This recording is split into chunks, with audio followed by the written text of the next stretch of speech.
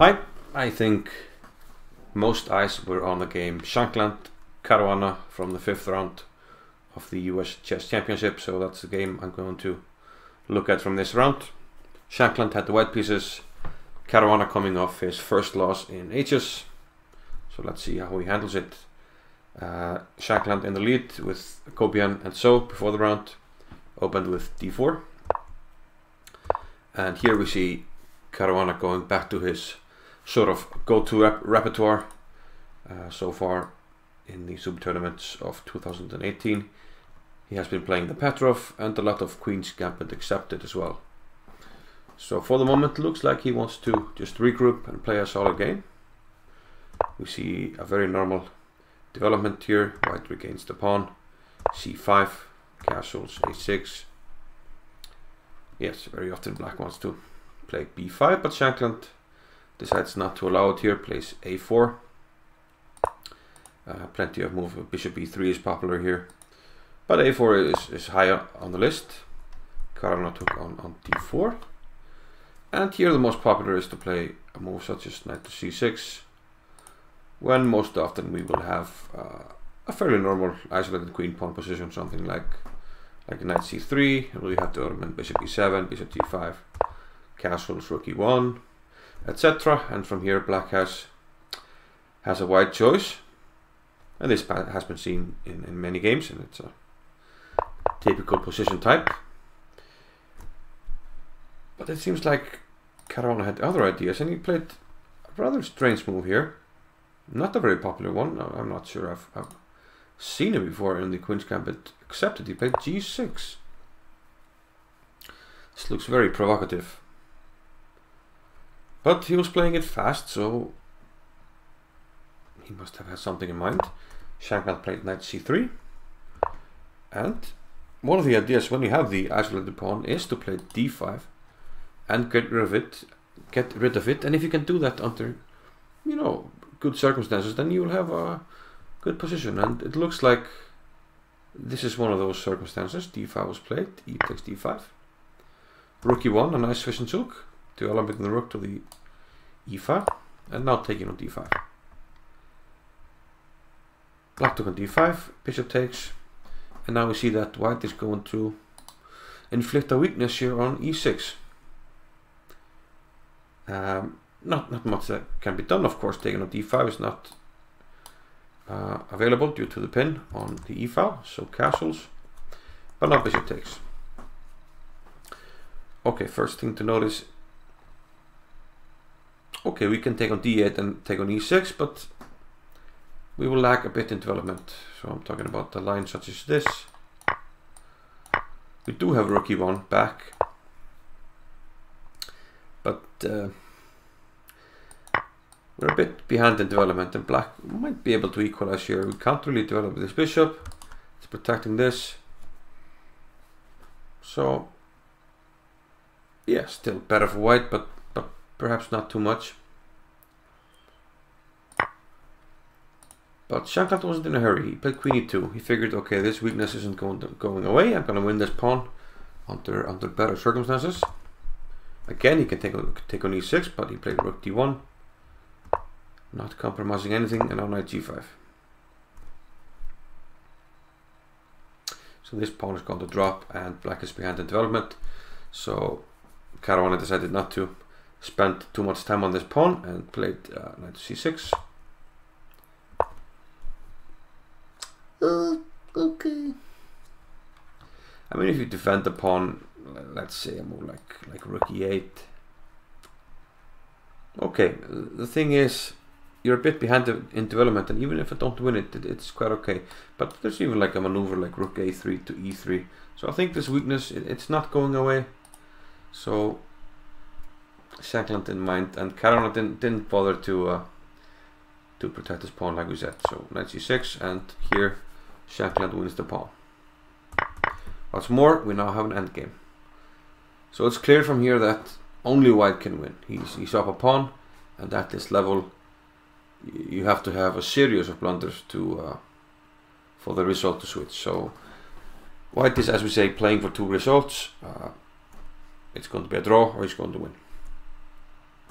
So the battle from here sort of revolves around black wanting to simplify the queen side especially. So we're left with 3 against 2 on the king side, which gives white some chances, but the drawing margin is very thin, so you're always very close to a draw if we reduce the material, especially to a rook ending. Bishop e3.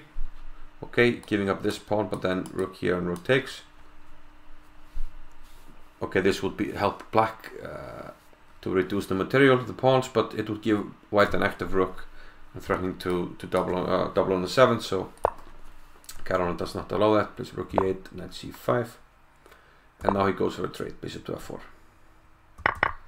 The trade is accepted, and now the shoe is on the other foot. If white takes here, then rook b8 takes b2, and this is hanging. Black gets activity, so f3 here. Rook b4 protecting the pawn. Rook d2. And yeah, Shankland said he somehow missed rook e7 and claimed that otherwise black was in some trouble here. Okay, king f1, a5, and now rook e1. Okay, trading one pair of rooks. I'm not sure if that helps white or not. I think it's very close. King to g8. Shankland also mentioned this move. I mean,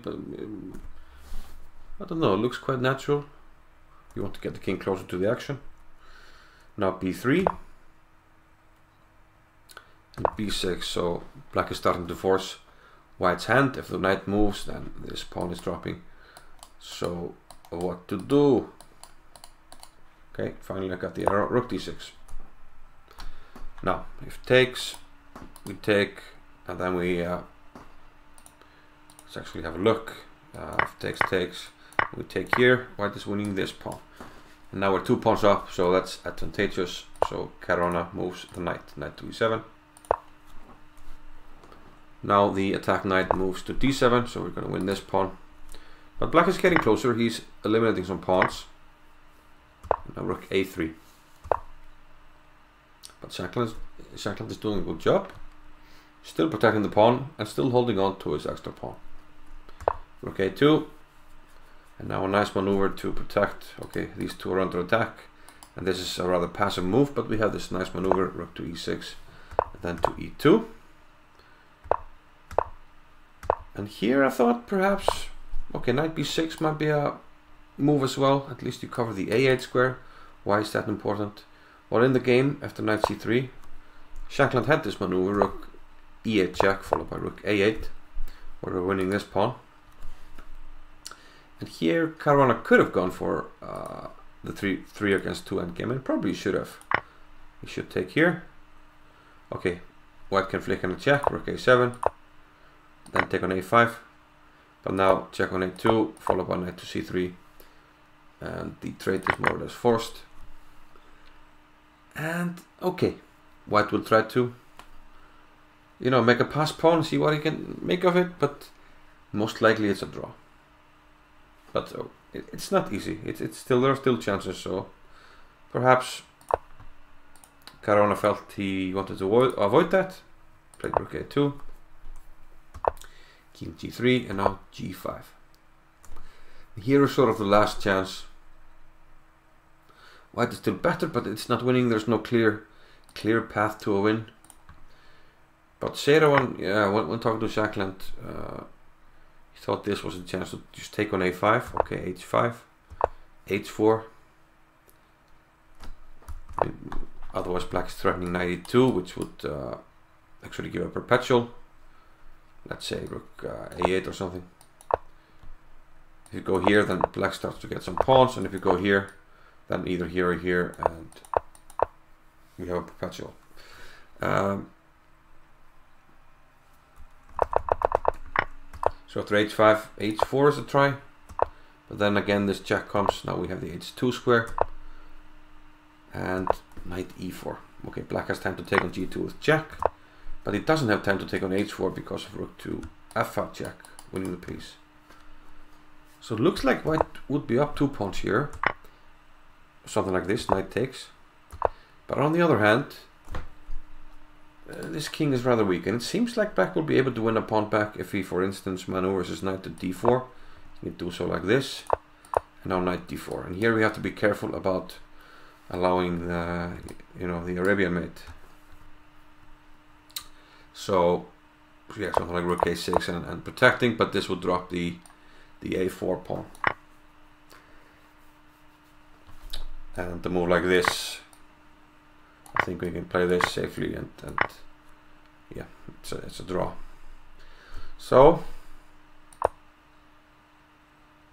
sort of the last try, but probably it wasn't enough. But at least there was a try. What happened in the game was king to g4, and unfortunately this liquidated too many pawns on the king side. After this check and rook takes a5, Fabiano played rook f2, and Shankland kind of conceded that he didn't have anything, took on g5 and offered the draw, as Caruana will simply take on f3, and this is not enough. He might even flick in knight takes a4 and play rook against rook and knight, which is a dead draw, so no need to play on. So yeah, a nice game from Shankland, and perhaps we're seeing some fatigue by Caruana, who lost yesterday and well, had to find some defensive resources to hold the draw today. So we'll have to see what happens. But still, despite all that, he's only half a point behind, as all the games today were actually drawn. Shades of Shamkir, but I think we will have decisive games tomorrow. And looking forward to that. See you then. Bye bye.